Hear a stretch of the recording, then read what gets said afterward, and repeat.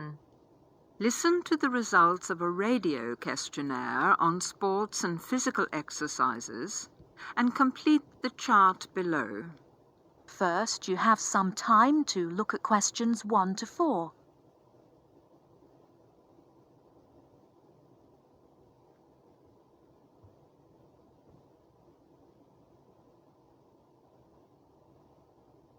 Now here is the result of the radio questionnaire.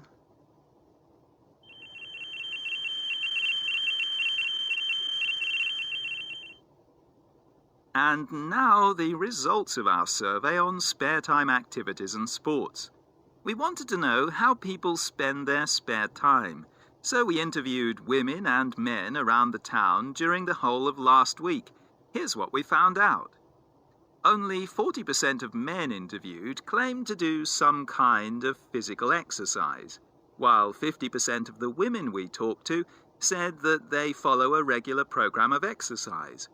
We also talked about watching sport on TV, and both groups claimed to spend some time on this. 41% of men interviewed do this, and 30% of women.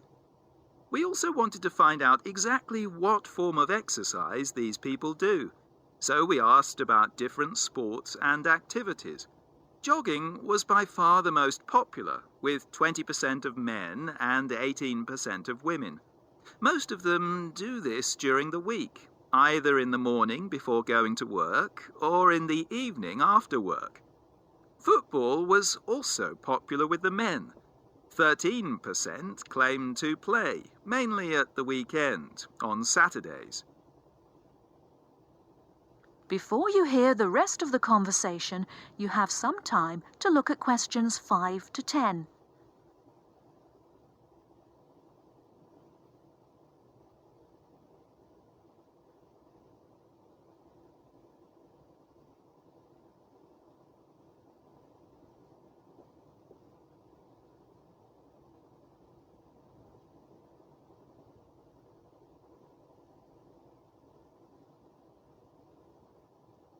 Now listen and answer questions 5 to 10. Not surprisingly, none of the women claimed to play. Cricket was another popular sport among the men, with 19% claiming to play. Again, no women mentioned this sport. A lot of people also said they took some form of exercise other than these team sports. 80% of men and 90% of women said they regularly walked as a form of exercise, either as part of their daily routine to get to work or at the weekends in their spare time. Athletics was also mentioned, but not by many. Only 10% of men said they did this. None of the women we spoke to mentioned it at all. Dancing was also mentioned as a form of exercise. 3% of men and women mentioned this, and also yoga. 5% of women said they did this regularly, and 2% of men. Finally, a small number of people included gardening as a form of exercise. 11% of men said they did this, and 13% of women. That is the end of part 1. You now have half a minute to check your answers.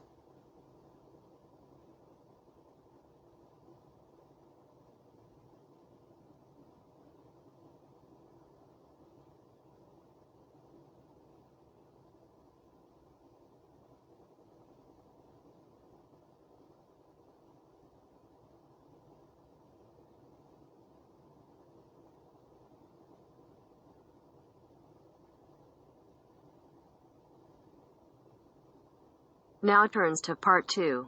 Part 2. You will hear an extract from a talk about employment interviews. First, you have some time to look at questions 11 to 14.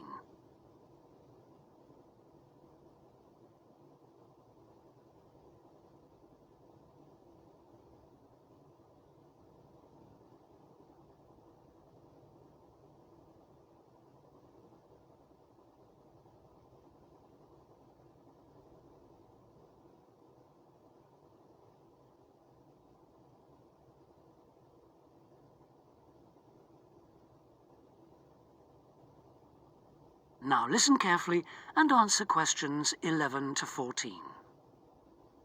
Today I have with me Sandy Richardson of the local Workforce Center, and she'll be talking about that critical step towards the goal of employment, the interview. Sandy, what is an interview for, and what's the best way to approach it? A job interview is simply a meeting between you and a potential employer to discuss your qualifications and see if there is a fit. The employer wants to verify what they know about you and talk about your qualifications. If you have been called for an interview, you can assume that the employer is interested in you. The employer has a need that you may be able to meet, so it's your goal to identify that need and convince the employer that you're the one for the job. As everyone knows, interviews can be stressful, but when you're well prepared, there's no reason to panic. Preparation is the key to success in a job search, and you can begin by collecting together all the documents you may need for the interview, such as extra copies of your resume, lists of references, and letters of recommendation. You could also take some work samples, selecting from what you have designed, drawn, or written, for instance. And make sure you have a pen and pad of paper for taking notes. The next step is to find out about the post. The more you know about the job, the employer, and the industry, the better prepared you will be to target your qualifications. Always request a job description from the employer and research employer profiles at the Chamber of Commerce or local library. You could also try to network with people who work for the company or with employees of companies associated with it. The next step is to match your qualifications to the requirements of the job. A good approach is to write out your qualifications along with the job requirements. Think about some standard interview questions and how you might respond. Most questions are designed to find out more about you, your qualifications, or to test your reactions in a given situation. If you don't have any experience or skills in a required area, think about how you might compensate for those deficiencies. Before you hear the rest of the talk, you have some time to look at questions 15 to 20.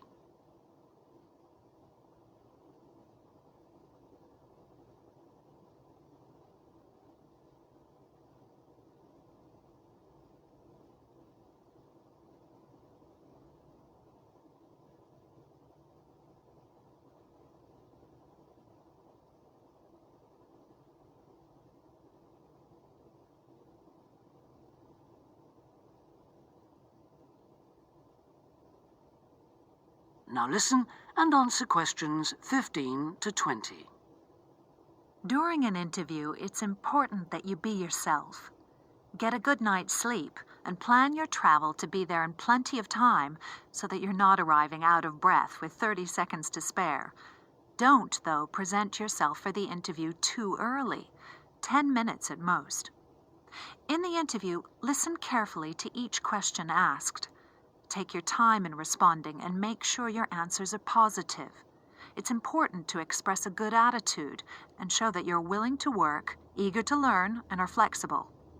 If you are unsure of a question, don't be afraid to ask for clarification. In fact, it's sometimes a good strategy to close a response with a question for the interviewer. In general, focus on your qualifications and look for opportunities to personalize the interview.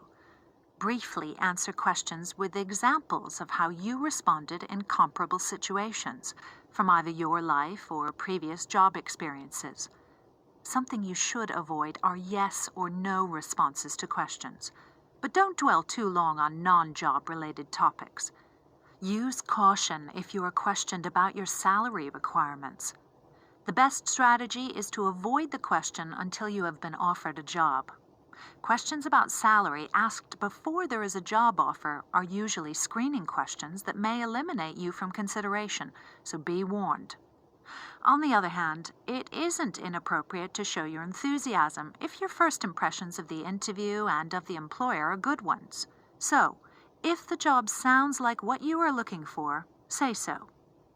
Keep in mind that the interview is not over when you are asked if you have any questions. come prepared to ask a couple of specific questions that again show your knowledge and interest in the job. Close the interview in the same friendly, positive manner in which you started. When the interview is over, leave promptly.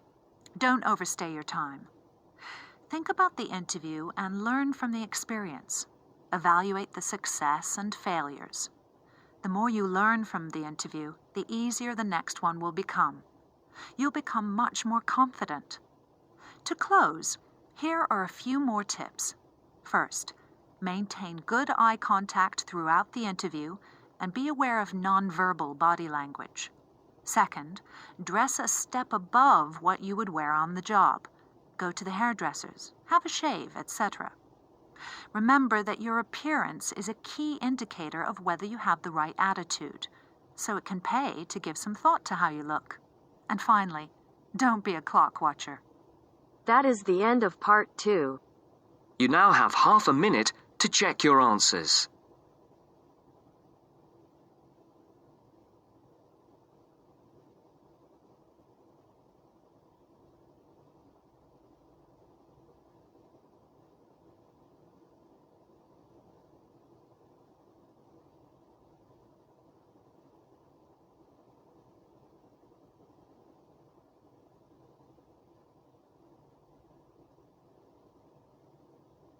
Now turns to part 3. Part 3. You will hear a talk about safety in different regions. First, you have some time to look at questions 21 to 24.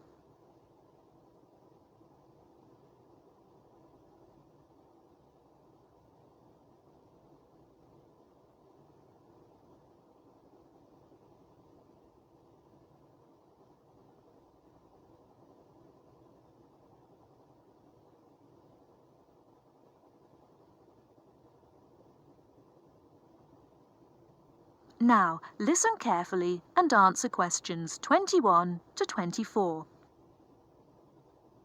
Good evening, everyone. It's great to be here to talk to you about staying safe on holiday. Before I came this evening, I did a little research on where students like to go for their holidays and came up with 2 different regions, Latin America and India.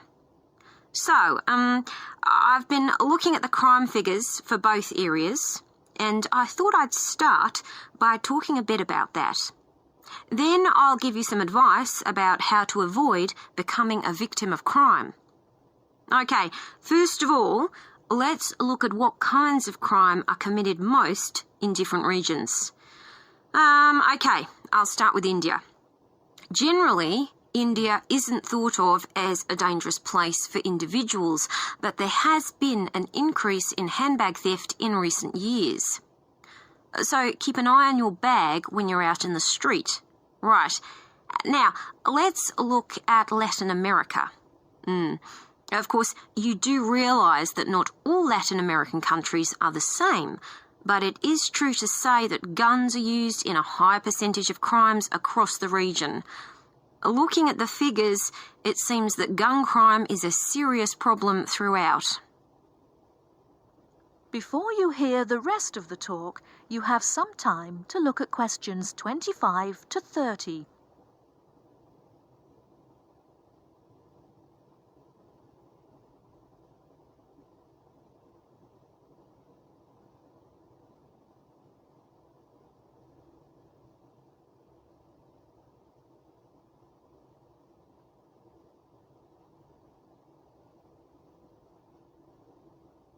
Now listen and answer questions 25 to 30.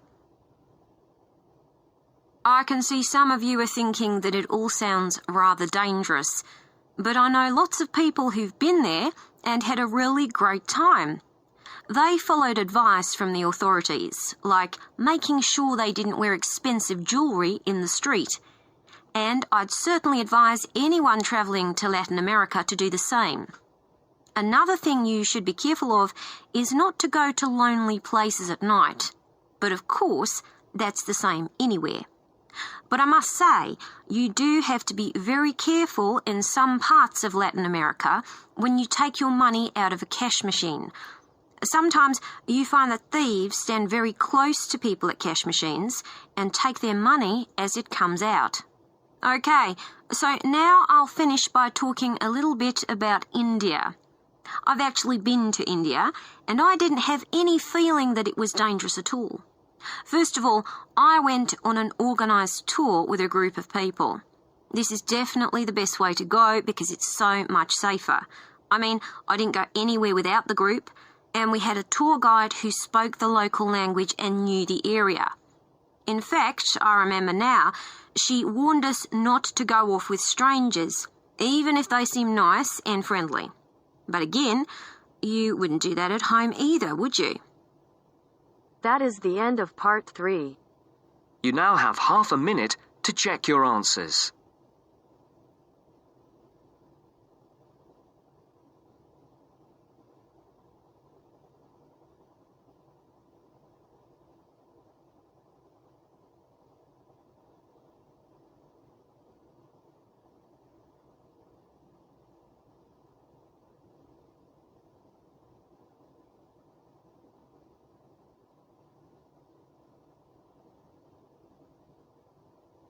Now turns to part 4. Part 4. You are going to hear a talk on the writer Charles Dickens, given by a university lecturer to a group of students. First, look at questions 31 to 35. Note the example that has been done for you.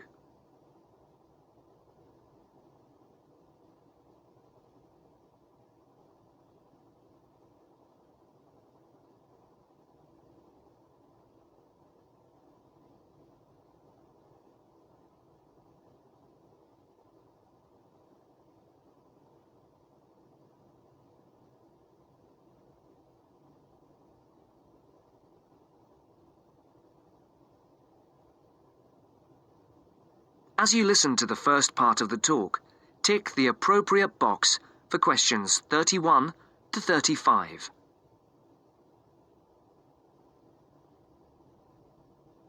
Good morning. My name is Professor Sarah Lennon, and I'm here today to talk to you about the works of one of the greatest writers in the English language, Charles Dickens.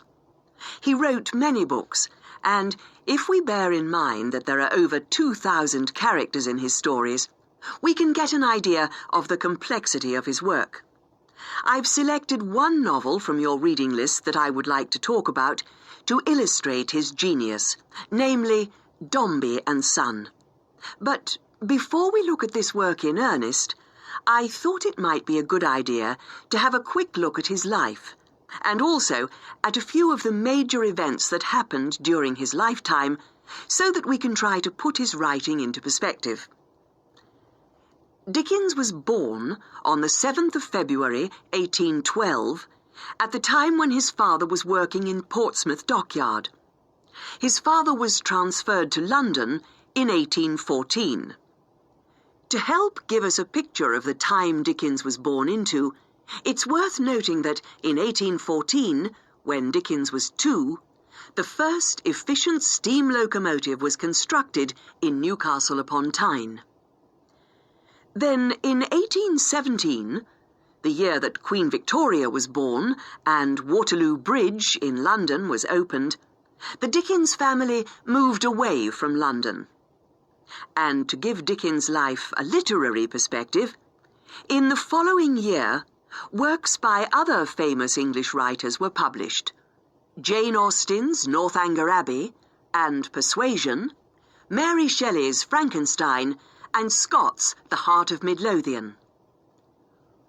When Dickens was almost 10, his family circumstances changed, and in 1822 the family moved back to London. In 1824, John Dickens was arrested for debt and imprisoned in the Marshalsea, near London Bridge, in London. This event had a profound effect on Dickens' writing. From 1827, Charles Dickens had various jobs as solicitor's clerk, freelance reporter, and newspaper reporter.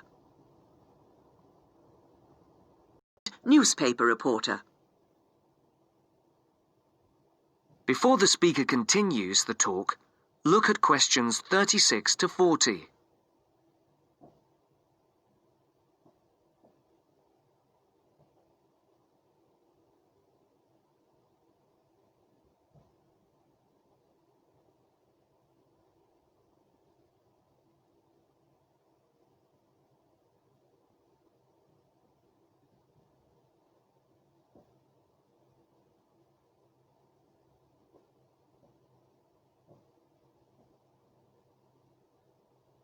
As you listen to the second part of the talk, answer the questions.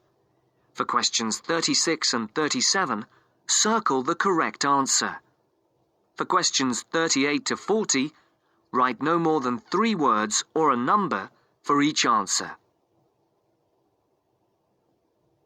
In December 1833, Dickens had his first story, A Dinner at Poplar Wall, published in the Monthly Magazine.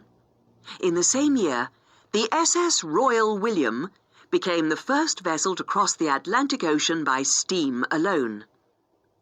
In 1836, 2 important events happened. Dickens published the first series of Sketches by Boz, and the publishers, Chapman and Hall, suggested his first novel, The Pickwick Papers. In April of the same year, the second major event took place. Dickens married Catherine Hogarth.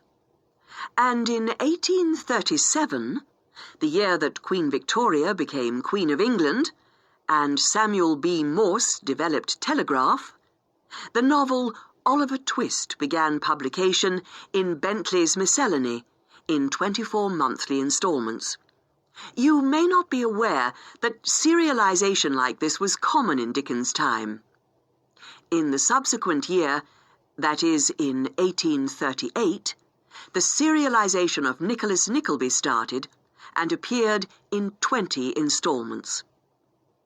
Dickens' novel The Old Curiosity Shop began serialization in 1840. This was the year the first postage stamp, the penny post, was brought in by Rowland Hill, and the year the first bicycle was produced.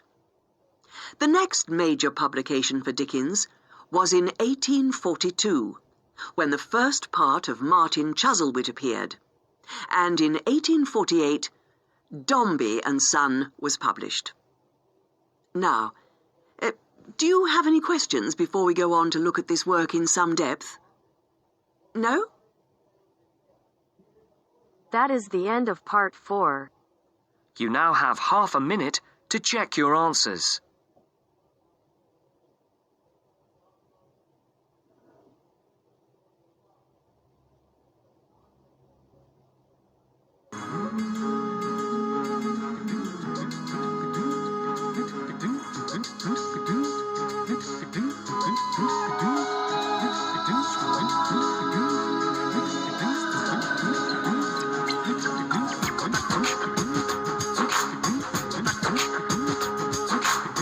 That is the end of the test.